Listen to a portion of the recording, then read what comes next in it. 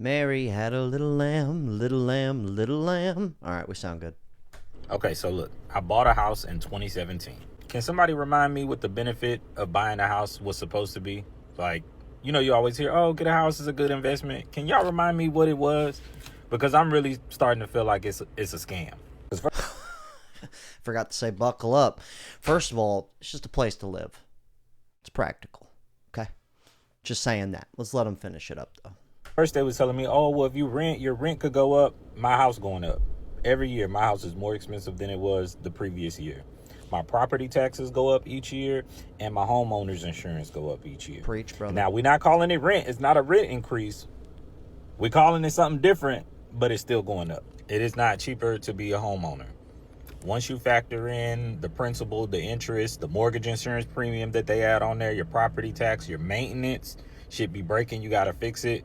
It is definitely way cheaper to rent. Oh my God, my AC went out last year. $7,000. Bend over. Yeah. $7,000. And the week after that, plumbing. Had a pipe just popped, flooded my house. Yeah.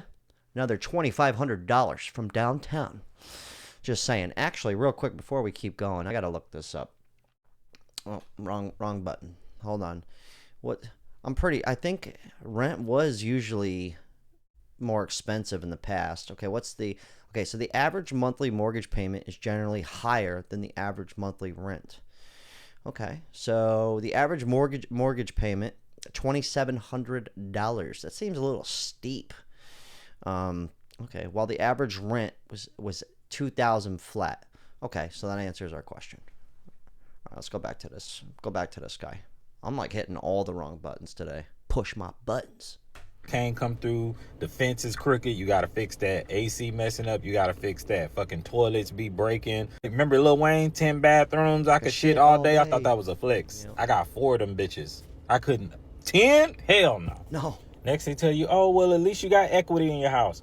The equity ain't doing nothing for me. All equity mean is I could take out a loan. I don't want to take any more loans out. I'm trying to get out of debt, not in more debt. Equity's not doing anything for me. The only thing you can do is sell your house. I'm not interested in selling. I need a place to live. That's the only benefit. The only benefit you can realize. See, I'm glad we came to a reasonable argument, somewhere to live. Because I've been places. I was living at a place. I was in California. I'm in Florida now. We were renting this. Me, my cousin, and my other best friend. We were renting this nice little spot, 4 blocks from the beach, right near the beach, walking distance. Fucking steal, dude. Like, no way we could have bought this place, but we could afford to rent it.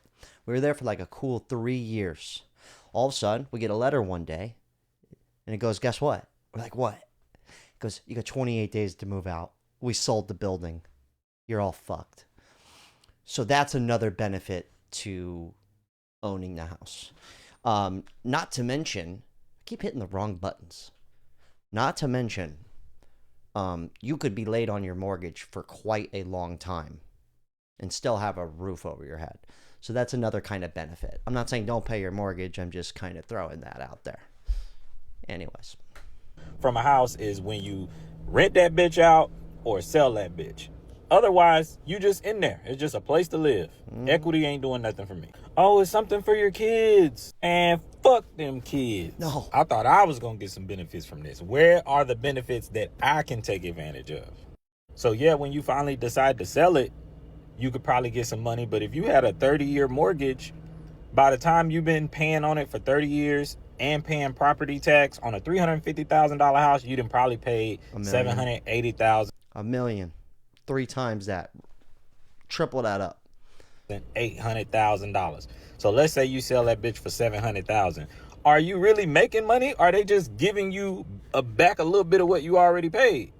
Because I could have rented for half the cost and then Yeah, but here's the thing about rent. Go to the comments. Once you do pay your house off, like for instance, right, where I live, once this bitch is paid off completely, I'm planning on just like paying it off, or I only owe 90 grand on it, so I'm like just gonna pay down heavy. But once I pay it off, fuck insurance. I don't care, right?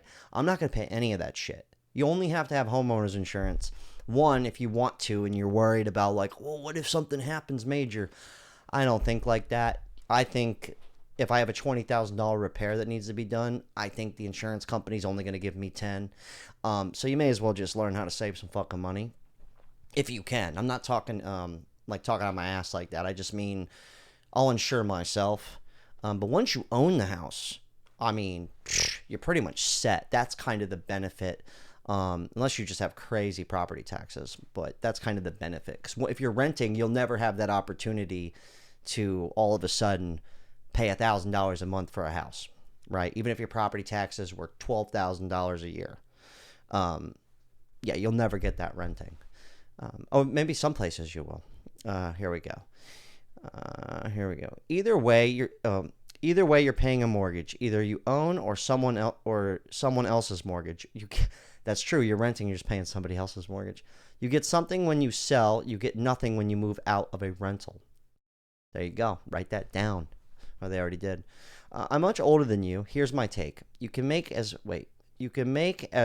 more in the stock market. However, once your mortgage is paid off, it's nice to ride that low-cost housing into retirement. Keep that in mind. Yeah, that's how I look at it.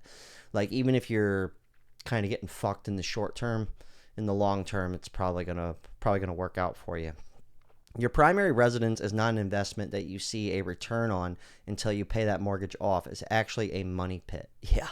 Well, you could also think about it kind of like a piggy bank too, because if you did it right, or if you were lucky enough to buy a house when he did, or if you had enough money to put down, then it's just kind of like a big piggy bank, really. I'm pro home ownership, but owning isn't a flex in today's market. Rent is the max you'll pay. Mortgage is the minimum. Yeah, true. Bought my house in 2017. I love it. My house payment has only gone up about $100. Well, lucky you. I've never paid over $1,000. I absolutely love home ownership. No, this one goes. We'll end on this note. Bruh, stop crying. We all got to do it. Classic. I'll leave this dude's information down below. Shout out to everybody who bought a Caddy Daddy shirt. Also, everybody that signed up to invest in themselves and get some gold. Okay, you can't afford a house, you can afford some gold. Use my link down below. Kind of like a subscription-based deal to send it to your house every month. Dollar cost averaging. Just a way to invest in yourself. Something that goes up in value, and it's nowhere near as expensive as a house. Anyway, solid talk. I mean, I'd rather own a house. That's just me. I'd rather own it, because then I can be the asshole landlord. At one day, I'll take the bullshit that comes along with it. Solid talk.